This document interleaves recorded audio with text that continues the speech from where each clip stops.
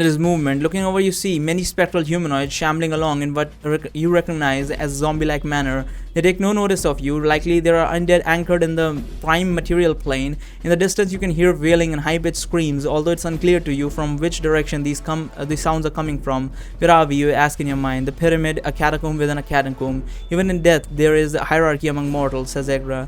Just then you realize there's a one low sound that seems closer than the others. The chanting is getting louder. Instinctively, you seek cover and hover over behind the sarcophagus, although you're unsure what sort of cover this phantom object offers. A robed man emerges out of the wall like the howling spirits you witnessed earlier. He is more concrete. In addition to his more solid form, his robe glows with green letters. His face is cast down to the floor, not seemingly watching where he is guiding to. However, he veers as though to give the door with glowing runes a wide berth. Soon he disappears into the opposite wall from where he had emerged. A priest of Nerul, says Egra, or was. Now he is but a partially crushed soul, too diminished to go into his proper resting place, yet not fully obliterated. Wretches such as that often find themselves marooned in the ethereal plane. Diminished soul, you repeat, as you slowly, cautiously hover closer to the ruined door. So they are weak and not dangerous, you say, hopefully? So living creatures traveling an ethereal plane, they are very dangerous. Starved of life's vitality, they will greedily rob you of yours. I'm always on the edge of having my life taken. In fact, it has been happened. Although you resurrected me, now that is a feat fit for a godling. A feat for another godling, maybe. Aletheia or one of those boring Elysium gods. For me, that was entirely too garish, without subtlety or stealth. Still, it could not be helped. As a zombie, you were firmly under the Godslayer's power, says Egra. Well, your champion would like to see more of that kind of Gornish magic in the future. I know you're a trickster, but tricks can sometimes cut the wrong way. At times, it's nice to see some raw power, and you're distracted from your monologue by the feeling of repulsion from the doors with the glowing symbols, as though the door itself dislikes you. You retreat from the door, accidentally drifting through the shadow body of a wandering undead. You feel nothing from the undead. It takes no notice of you. Meanwhile, the repulsion from the door eases. Anyways, you say, focusing your attention back on Egra and her possible motives. My death allowed you to get near Nuxus despite his protection, and my resurrection allowed you a chance for, well, what is it, godhood? That is why the godlings are here, says Egra. Even the divine enjoy purpose. Okay, not a direct answer to my question, you say. You're about to press her on this when you hear more chanting, several more voices. Out of the walls behind you, 5 spirits emerge. Immediately their eyes lock on you. Although they are spirits, their expression of hunger is obvious. Immediately they cease their sensuous chanting and replacing it with wails and screams of primal viciousness. Since you're new to the ethereal plane, you doubt you can evade these spirits by simply fleeing. A few other options come through your mind. You could try to push your way through the barrier in the door. You can get in. Maybe the force protecting it from you will repel them even more. Another option would be to ask Egra to end her spell so you can leave the ethereal plane and go back to the prime material and escape these monsters by switching world. Fuck it, let's push through the door. Through the door, you command, unsure if this command is for you or Egra. You hover swiftly through the door. Indeed, you feel the resistance again. It quickly grows. You continue to push, and you feel something akin to pain or maybe just a sense of exhaustion. You muster your reserve and push one more time. Suddenly, you shoot through and find yourself in a modest-sized chamber.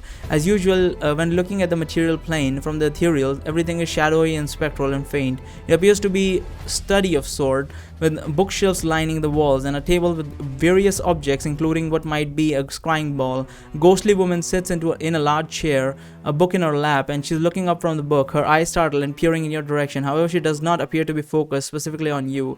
Wailing fury echoes from behind you, and you fly in further into the chamber. Suddenly, one of the specters that have been chasing you bursts through the wall. He's screaming in unbridled rage, and he starts towards you, his hands outstretched. Although there is only one of them, you're unsure how to fight this thing. Evasion is still your first instinct. What do you do? Go back to the material plane. For a moment, all you see is fog, and then there is color. And wasn't I really high up in the air? For a moment, all you see is fog, and then there is color and the smell of musty paper as you fall. You strike the stone floor feet first, and bend your knees with impact. You tuck your amulet under your blouse as you look around. The first thing you notice is a young woman, perhaps only in her late teens, standing in front of a plush chair, an open book on the floor beside her. She's staring at you with her hands raised and fingers spread out. That is a weird position. Her skin is very pale, like a bright white, even more so than Renova. Her jaw is clenched. You put up your hands in surrender and force a smile. A little flirting might prevent her from killing you, from trying to kill you. Hello, beautiful, you blurt. Her eyes bulge at you for a moment, then she lowers her hands cautiously. She's not exactly beautiful. Her face is rather plain. Her nose is a little broad for your taste, but the curves of her generous figure is sexiness. Enough that is. You might find this so if you were relaxed enough to be thinking about it that way. Her long hair is raven black. Although you're not particularly good at spotting that sort of thing, you have the impression that her hair is dyed. The hints being that her eyebrows are a little hue. Her eyebrows are a little hue, and her pale blue skin do not seem right for such dark hair. She wears an amulet around her neck, one with two snakes clasping a symbol between them. Nerul's unholy symbol. She bites her upper lip with her little gleaming lower teeth as she leans forward to get a better look at you. "You're an illusion," she says in a strange accent. "Illusion sent to amuse me." Were an illusion? No, they were an illusion. Now, that is a good question. You say, tilting your head quizzically. Her blue eyes flash and she laughs. "This is pleasing to you." You relax a little. She enjoys thinking. You say to Agra, "You may need to do some more. You may need to do more than simply drop your trousers for this one." "So you're not an illusion. I mean, as far as you know." She says, "No, I'm a man." You say, bouncing your eyebrows. "Stop bouncing your eyebrows, man." "Oh my god," she says. "Well, at least you're not starting off with riddles like the last one. Which gods do you refer to?" You say, hoping to get an idea of what sort of alignment this woman have. "It's just something I say sometimes," she says. "Anyways, I'm not much for riddles," you say, remembering back to your anxiety-provoking riddle games with Vermil, the brass dragon. "I would like to learn the lovely lady's name," although you tilt your head at her expectantly. "Heidi," she says. "I never heard that name before," you say. "A beautiful name," you add quickly. "And you are," she asks. "Warhorse, on account of all my horse-like qualities, which, well, does not extend to my intelligence, as horses are not that amazingly smart. Even the warhorses are brighter than many of their kin." "My, you're a talkative illusion," says Heidi, and is self-aware. "If by self-aware you mean I understand myself, yes," you say. "And I do like to talk." She laughs. "Good. Seems like a good quality in an amusement illusion. You're too intelligent to be a typical programmed illusion." She pauses as she looks up and down. "Why are you dressed like that, though? You look like a homeless man, not the sort that gets much help from society." Neville's tongue. She uses strange words, you think. What strange words did she say? She didn't say any strange word. What are you talking about? "Oh, the typical programmed illusion." "Well, if I'm an illusion, maybe my creator wanted to surprise you," you say. She bites her lip, looking you over critically. "He accomplished that. It does not seem like the ghost style, though." You feel a chill. A candle near you flickers. She groans as she glares at the flickering candle. "This place is crazy haunted." "Crazy and haunted? Yes," you say. "I put up wards against them coming in," but she lets her sentence die out as she steps over to a nearby table, licks two fingers, and dips them into a bowl of what looks like dark ash. She then smears a rune on the wall, chants some strange word. "Perfect," you say in your mind. "Another witch, probably a vampire one. That skin is far too white to be natural." Eddie finishes the invitation and looks back at you. "I think that one was angry. They usually are, since such pests." You think you remember a tale of Anuxius being a vampire, although he didn't look like a vampire to you. Since where there's a wizard vampire, why not a witch vampire? You feel the need to get to the bottom of. What do you say? "Would you happen to have some food? Why is your skin so white?" "Terrible choice. That was terrible. Never do that. Here's some luck anyway. You may want to use this to redo this choice." "Why is your skin so white?" you ask. Her mouth drops for a moment and she crinkles her brow. "What kind of question is that?" "A stupid one," says Agra. "It's just so beautiful," you say quickly, and although as cruel, untouched by the relentless and cruel sun, she gives you a suspicious look but then smiles slightly. "It's makeup, actually." "Is it?" you wonder, "or is it vampiric undeath?" You lean in and look at it carefully. Now you're looking at it, you think you can see a little caking that would be powder or something. In any case, it doesn't look quite like Renova's pale skin, which has barest hint of color underneath. What was terrible about that? "I don't see the problem with that." "Interesting jewelry," you say, pointing at a necklace hanging on the wall. "It looks like the one she has around her neck." She follows your pointing finger to the wall and frowns at it. "Symbol of Nerul, kinda your creator, actually.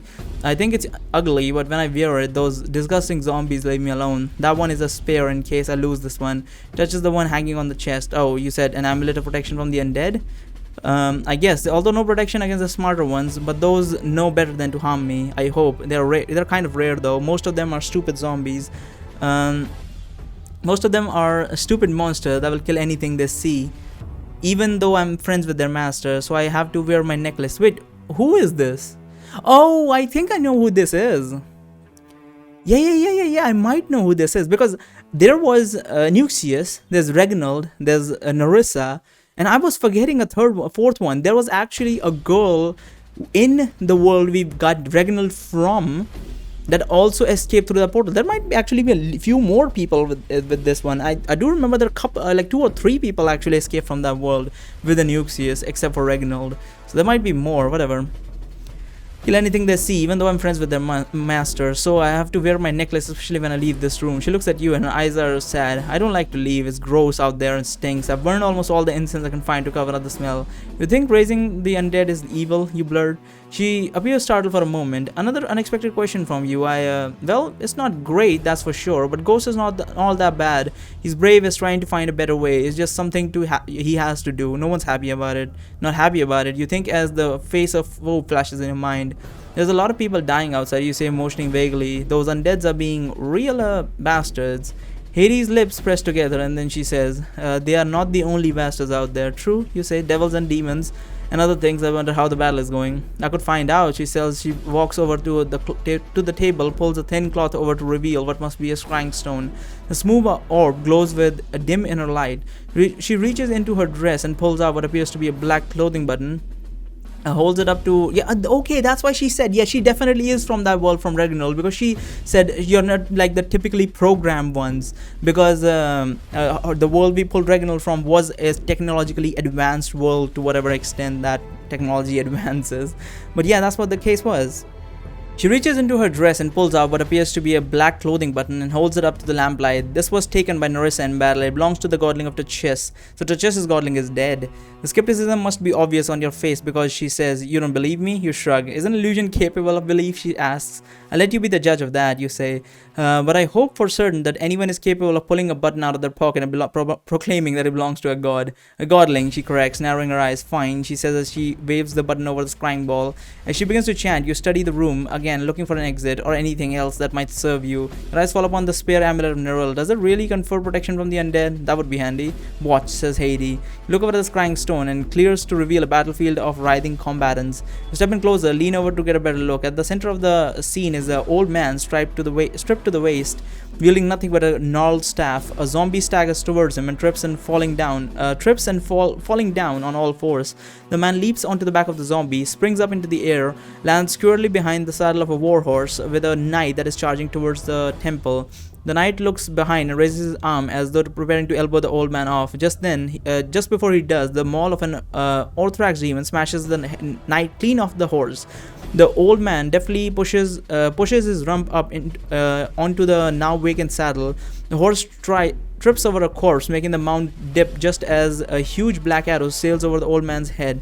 The old man laughs as he throws his staff forward. Then of his weapon strikes the back of the head of a tall devil, bounces off and backward as the devil turns around in rage. As the old man catches his staff, a spear tip bursts out of the chest of the devil. The soldier has struck the fatal blow to the distracted devil. You watch the old man charge on, laying waste to all in his path, although rarely from his own skill, but rather thanks to incredible luck. Oh, that's definitely just Neville's tongue. That is a lucky man, you say. Hades laughs. I told you he's the son of Tuchess. God of luck it is. Fun to watch him, isn't it? You nod. The battle scene fades, then suddenly the shrine stone turns cloudy again. Hades sighed. I'd watch longer, but scrying really saps me. Narissa fought that man, you say? Not for long. She said she slipped on an ash-covered stone, fell upon the blade of a long sword lying on the ground. Wisely she retreated, although not before managing to cut this button from his tunic. She frowns. It appears that he has lost much of his clothing since then. Maybe his luck is running out. How many godlings filed upon your front door, you ask? Hades shrugs. Several, I think. Narissa says there are some you wouldn't believe, like the daughter of Bazal, the goddess of lust. Oh, can you scry on her? You ask hopefully. Narissa says that Bazal infuses her enemies with such lust that they will rip each other apart.